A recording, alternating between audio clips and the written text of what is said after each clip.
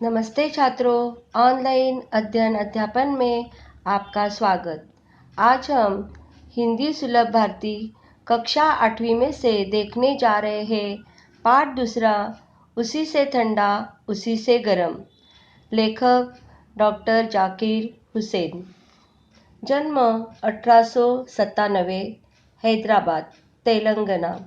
मृत्यु 1969। डॉक्टर जाकिर हुसैन जी स्वतंत्र भारत के तृतीय राष्ट्रपति, विद्वान तथा शिक्षाविद हैं। आधुनिक भारत के विकास में आपका अनमोल योगदान रहा है। आप राष्ट्र प्रेम, आधुनिकता, वैश्वीकरण, भाषा संस्कृति, शिक्षा और इतिहास विषयों से जुड़े रहे हैं। प्रमुख कृतियाँ: तालीमी खुतबत, लिटिल चिकने इन हरी, सियासत और मासियत, बुनियादी कौमी तालीम, अब्बू खा की बकरी और 14 कहानियाँ आदि आपकी प्रसिद्ध है। प्रस्तुत हास्य कथा में डॉक्टर जाकिर हुसैन जी ने बड़े ही मनोरंजक ढंग से लकड़हारे और बालिश्तिये की कहानी लिखी है। हास्य कथा का मतलब है हंसी उत्पन्न करने वाली कथा। हास्य से सभी का मनोरंजन होता है। तो मैं पहले आज आपको एक हास्य कथा सुनाती हूँ। कहानी का नाम है बकरा और घोड़ा। एक पठान के पास एक बकरा और एक घोड़ा था। घोड़े से पठान बहुत प्यार करता था।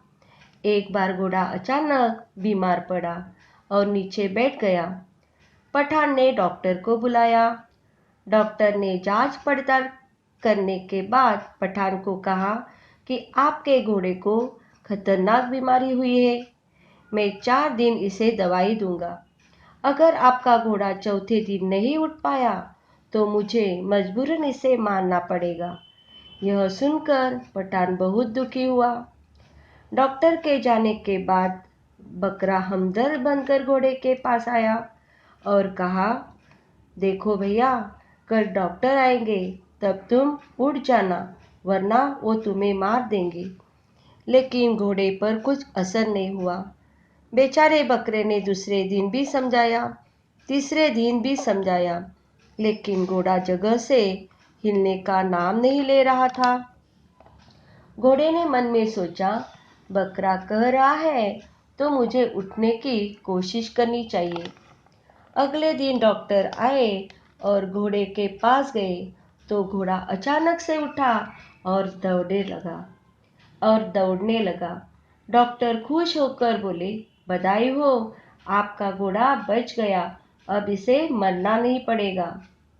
पठान बहुत खुश हुआ और डॉक्टर से बोला, आपने मेरे घोड़े को ठीक कर दिया, इस खुशी में आज बकरा कटेगा।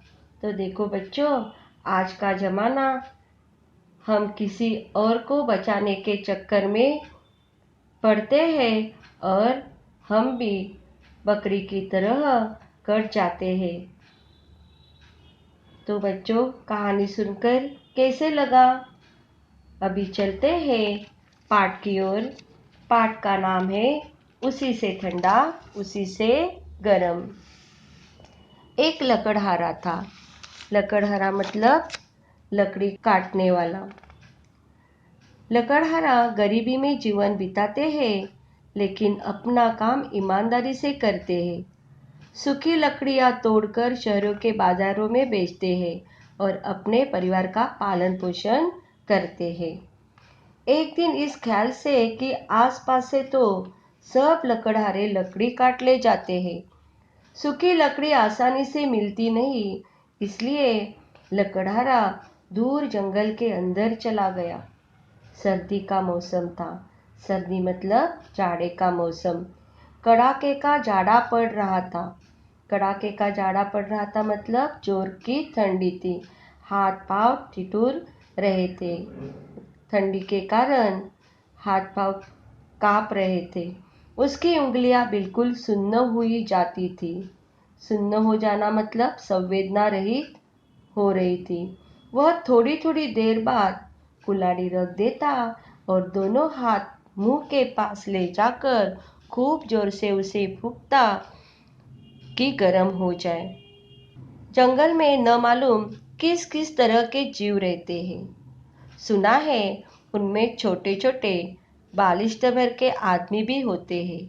बालिश्त मतलब अंगूठे से सिर से लेकर कनिष्ठका के सिर तक की लंबाई। उनके दाढ़ी मुंह आदि सब कुछ होते हैं, मगर होते हैं बस खूंटी ही से। हम तुम जैसा कोई आदमी उनकी बस्ती में चला जाए तो उसे बड़ी हैरत से देखते हैं कि यह करता क्या है। हैरत से देखना मतलब विस्मय से देखना। लेकिन वे हम लोगों से जरा अच्छे होते हैं, क्योंकि उनके लड़के किसी परदेशी को सताते नहीं, न तालियां बजाते हैं और न पत्थर फेंकते हैं। खुद हमारे यहाँ भी अच्छे बच्चे ऐसा नहीं करते, लेकिन उनके यहाँ तो सभी बच्चे अच्छे होते हैं। खैर, लकड़हारा जंगल में लकड़ियाँ बीन रहा था तो एक मियाँ बालिश्तिए भी कहाँ बैठे उसे देख रहे थे। बीन रहा था, लकड़ियाँ बीनना मतलब सूखी लकड़ी उठाना।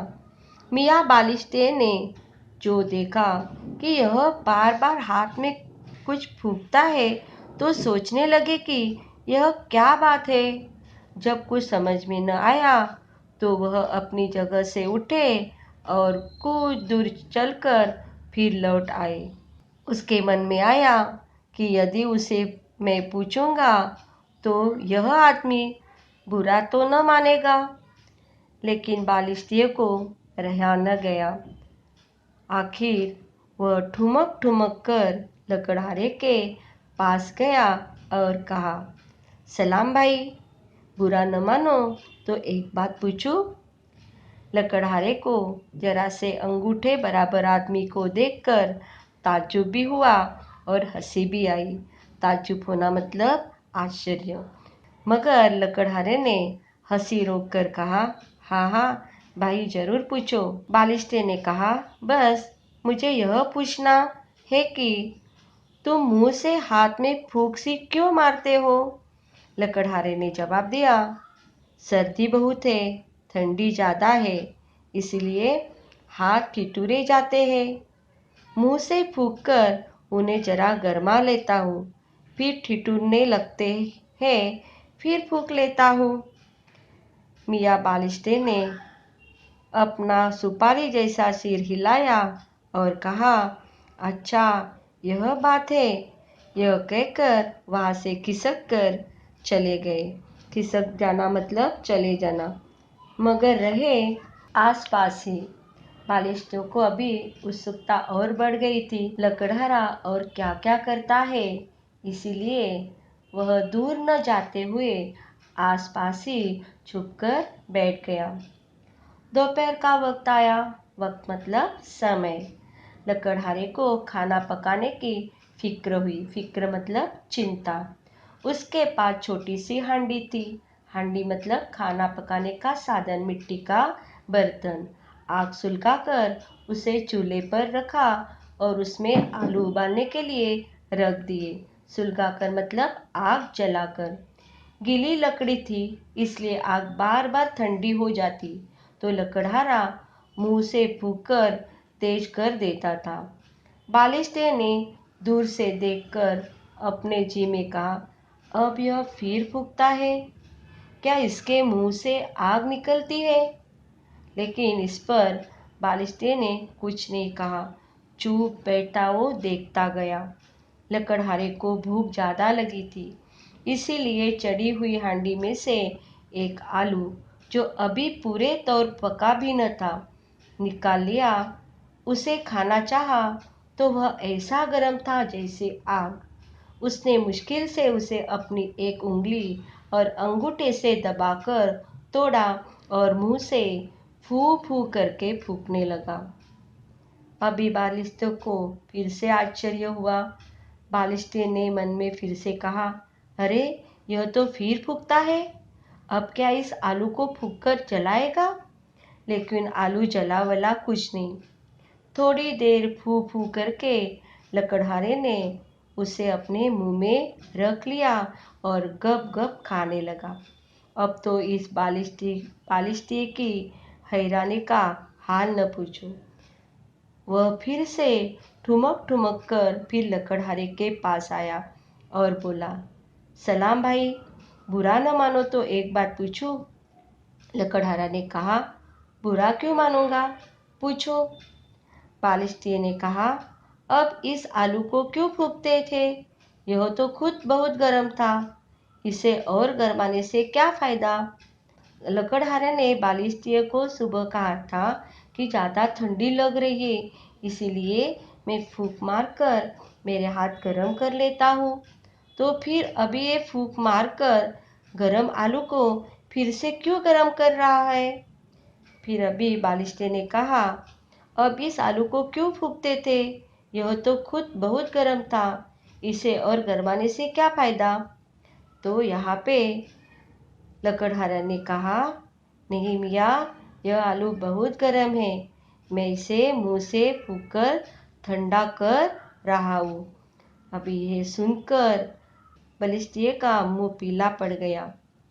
वे डर के मारे थर थर कांपने लगे, बराबर पीछे हटते जाते थे। जरा सा आदमी यूं ही देखकर हंसी आई, लेकिन इस थरथर कंपकंप की हालत देखकर तो हर किसी को हंसी भी आए, रंज भी हो। रंज मतलब दुख में। लकड़हारा भला आदमी था। उसने प्यार से बालिस्टिक को पूछा, आप थरथर क्यों काँप रहे हैं? आपको ज़्यादा ठंडी लग रही है? मगर मियाँ बालिस्टिक जब काफ़ी दूर हो गया तो बोले, यह न जाने क्या भला है, शायद कोई जादूगर है, उसी से ठंडा उसी से गर्म। हमारी समझ में यह बात नहीं आती। लकड़हारा कहने लगा कि सच तो यह है, यह बात उन मियाँ बालिस्टिक की नन्ही सी खोपड़ी में आने की भी नहीं थी, क्योंकि छोटे बालिस्टिक को यह पता न था कि मुंह से निकली हवा बाहर के तापमान से ठंड या गर्म हो सकती है। इस तरह यहाँ पे बताया है कि लकड़हारा भला आदमी था और जंगल में रहने वाले जो बलिष्ठ होते हैं वो भी मन के अच्छे होते हैं। यहाँ पे लकड़हारे ने उसे न डांटते हुए जो कुछ वो कर रहा था उसके बारे में सब कुछ लकड़हारा बालिस्टिक को बता रहा था। तो लेखक ने हमें यह संदेश दिया है कि किसी अपरिचित को न सताने, किसी की हंसी न उड़ाने, किसी पर पत्थर न फेंकने का संदेश दिया है। यहाँ लेखक ने सभी को अच्छा बनने के लिए प्रेरित किया है। बच्चों, आपको ये कहानी पसंद आई होगी, समझ में भी आई होगी। तो सभी बच्चों को मेरी प्रार्थना है कि आपको भी ऐसी कहानियाँ पढ़नी चाहिए। नीचे मैंने शब्दार्थ दिए हैं, उस शब्दार्थ को आपको लिखकर लेने हैं। इसका जो मतलब स्वाध्याय है, उस स्वाध्याय को हम अगली तासिका में देखेंगे। धन्यवाद।